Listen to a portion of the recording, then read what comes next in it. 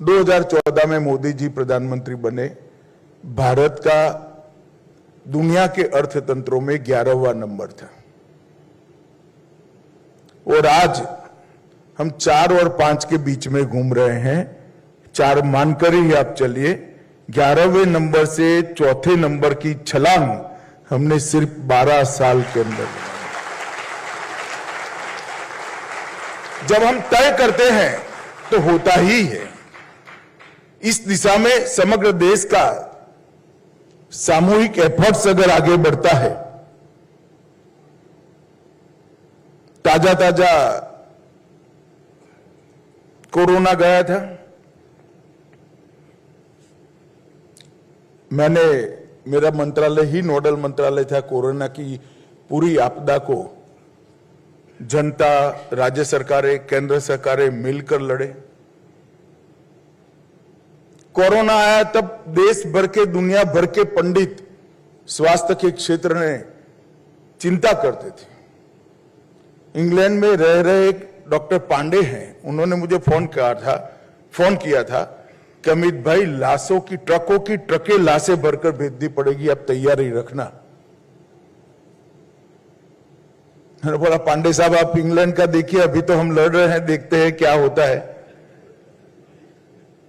और जब कोरोना के संकट से दुनिया उभर गई, तब ये सिद्ध हो गया कि भारत ने, हमारी व्यवस्थाएं, हेल्थ का इकोसिस्टम हमारा इतना मजबूत न होने के बावजूद विश्व में सबसे अच्छे तरीके से किसी ने कोरोना का सामना किया था तो भारत ने किया।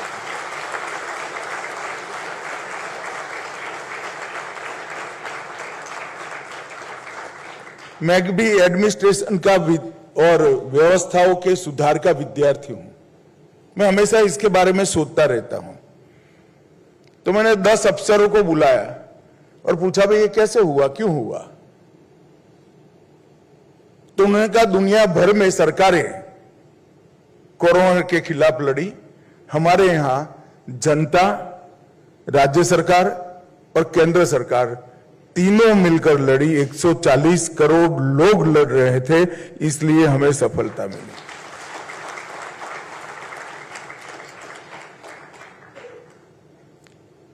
मैं एक अनुभव बताना चाहता हूं। मैं जब भी मंत्री बना, राज्य में या केंद्र में, मुझे गृह मंत्रालय ही मिला है। तो मेरे भाग्य में आंदोलनों से निपटना है, आतंकियों से भी निपटना है। तो कर्फ्यू का इंप्लीमेंटेशन कराना होता है।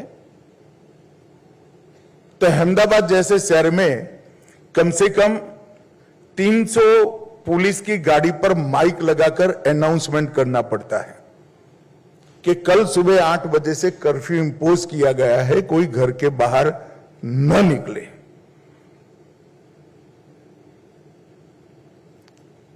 कोरोना जब हमारे यहां 2 डेथ हो गए, सिर्फ 2 डेथ, और पुणे की लेबोरेटरी ने सत्यापित कर दिया कि कोरोना है और ये तेजी से फैलेगा। इसका प्रेजेंटेशन भी मेरी ऑफिस में देकर गए। तब मैं प्रधानमंत्री जी के साथ चिंता करते हुए गया था। उन्होंने कहा, चिंता कर क्या होगा भाई, रास्ते शोधने पड़ेंगे। और उन्होंने कहा, हम जनता कर्फ्यू डालते हैं, जनता को एक बार साथ में लेना पड़ेगा। जनता कर्फ्यू क्या होता है कि हम किसी को कानून से, नोटिफिकेशन से, घोषणाओं से बाधित नहीं करेंगे। हम रिक्वेस्ट करें कि हमें प्रैक्टिस करनी पड़ेगी, कल सुबह 8 बजे से अगले दिन सुबह 8 बजे तक कोई घर के बाहर न निकले। मैंने कहा, साहब आप ऐसा प्रयोग करने जा रहे हैं जो विफल ही होगा। इतनी सारी घोषणाओं के बाद भी लोग निकलते हैं, डेमोक्रेसी है। उनके प्रयास करते हैं। 8 बजे उन्होंने वायु प्रवचन किया।